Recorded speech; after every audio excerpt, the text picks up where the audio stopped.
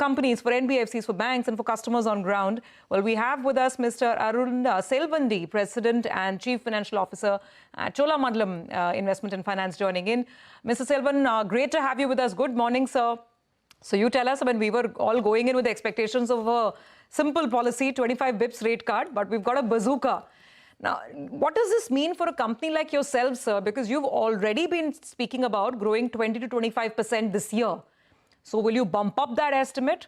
And what happens to NIMs? Could your NIMs start looking a lot better by the time we exit the year with the liquidity gush? So surely the NIMs will be better, and we should see this flowing through to the ROTA, I think, over the next 2 to 3 quarters. We may not see much of it in the first quarter, but it will show up in the second and third quarter. As I have told you earlier, a lot depends for us also on how the banks pass on this rate cut by way of an MCLR cut, because a large part of our borrowings still are from banks, and many of them are linked to MCLR. To answer your first question, I don't think the rate reduction alone will bump up the disbursement in entirety, because that would depend on the demand in the market and also how the underwriting goes through.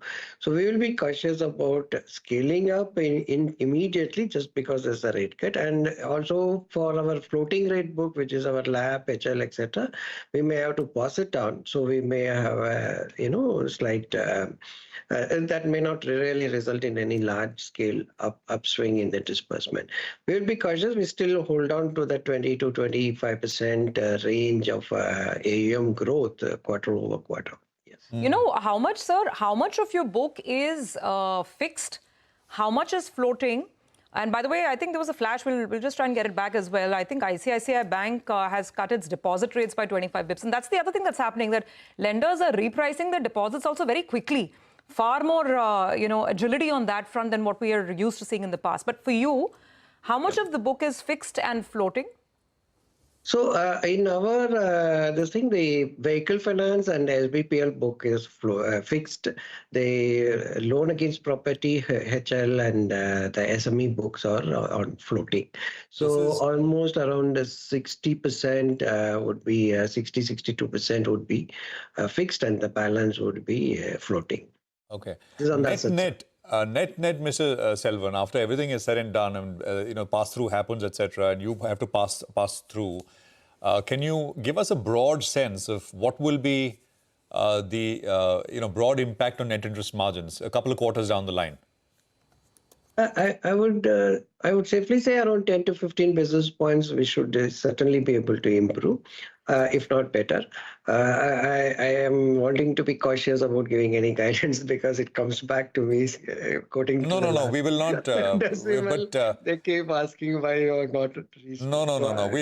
That's not the intention. At least we won't do that. So you're saying from a finish line of FY25. Given what has happened over the next couple of quarters, once all this feeds through the system, you should be able to improve margins by 10 to 15 basis points. Yes, it can be better, but I'm just keeping it cautious. So closer to 8% rather than 7.5% on a full year basis, FY26 margins, right? It will, 8 margins, yes, it will be. Sorry, closer to 8%. Okay, yeah. Got that point, sir. All right. Hi, Mr. Selvan. Good to hear your thoughts, sir. A couple of questions then. Consumer and small enterprise business. I think as a percentage of your business, 3 years ago, it was only 1%. Now it's moved to around 8%. How do you see this business scaling up? Point number one. And point number two, gold is providing another opportunity. We heard from the RBI governor as well with regard to his take on gold. And you all have forayed into that segment. How large can this business become for you? The consumer and small enterprise business will continue to be at the sub 10% of our total AUM. This is what we have stated. We will hold it there. You may see some, drop in the initial quarters because we are consciously exiting the fintech partnership line in this, which used to be around 25% of this book, and we are building our own, app which will scale up. So this scaling up to come to the same levels as what we have been clocking on the fintech business would take another 2 to 3 quarters, post which it will start clocking at similar pace what it was going through in FY25. So initial 1 or 2 quarters will see some slowdown. Then post that it will come back to its normalcy. With regard to the gold, yes, we will be scaling up. We just entered it. It is in a very initial stage. I think it's too early, but I would say in the next 2 to 3 years, it should be in the range of around 3% of the overall AUM, because by then AUM would also have grown for us in its entirety. Okay, 3%. In the next, so that would be what? Ballpark approximately closer to around 1,000 crores? More than that, around, if I am, I don't know, you will hold me to the AUM. No. Overall book. So it's an aspiration, sir. Aspiration. Yeah, let me, instead of the percentages, let's say it will be around 2,000 crores of book. I'll keep it that. Okay, that's the aspiration. Mr. Selvan, got that. This is significant relaxation, right? I mean, in terms of, especially for gold lenders. So what the RBI has done, and we've spoken to a few pure gold lenders as well. So we'll see how this goes in terms of competitive intensity, etc. as well. They really opened the taps in that sense. Now, let's just come to vehicle finance. I was reading a note, and I think you guys had presented at one of the conferences which happened recently. You were citing weaker volume growth so far this year in FY26, low government spending, etc. Could you talk to us a little bit about that, or how are collections looking? Are they kind of lackluster? When do they pick up? What's the forecast?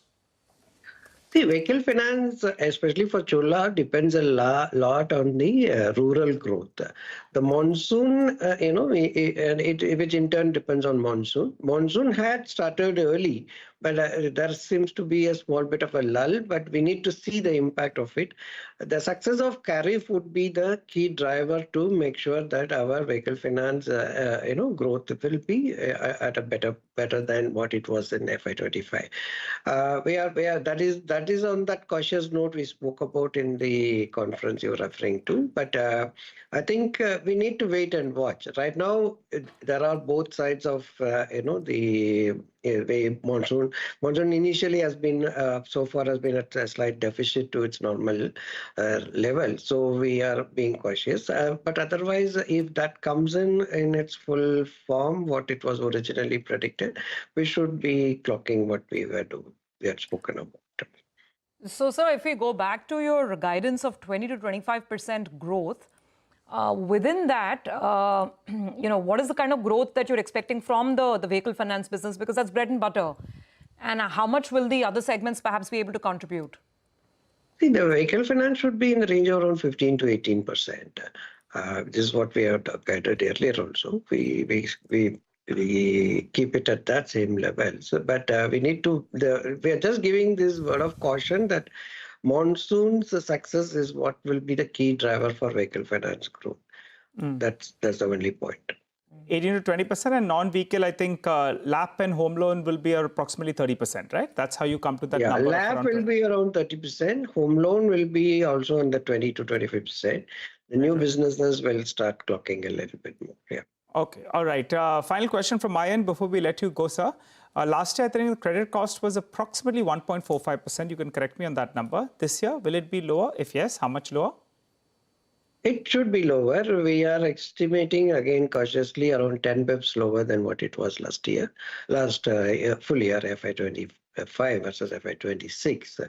But we should, again, this also has a lot more dependence on the monsoon, because the success of monsoon would spur, not only the demand for vehicles, but demand for all other white goods and FMCGs, which in turn pushes traction of the vehicle users. Then that would give, impetus for them to, maintain their payments on schedule. So around 1.35%, 1.3, Yeah, 1.3 to 1.4%, 1.35%. I would keep it there. Yeah. Mr. Selvan, I mean, to end with, I want to go back to gold loans, because that's always a very exciting part of the market, right? And since you've decided to enter the segment, I mean, obviously you've done a lot of groundwork, homework and study. On a steady state basis, given the competition in the market, and you have large incumbents like Muthoot or Manappuram, a lot of banks are getting into this business as well in the south. So what is your assessment, steady state basis, 1, 2, 3 years down the line when it's built? What is the potential that you see in the gold loan business? How much growth can it contribute? Can it become a very big driver for Chola? And what's the steady state of growth from a gold lending point of view? It's little too early days, and the only good thing I can say is that like new guidelines have come, before we even started, so we can start on a clean slate, and it is much better than many of the other competitors who may have certain old, loans, etc., which could fall under the guidelines.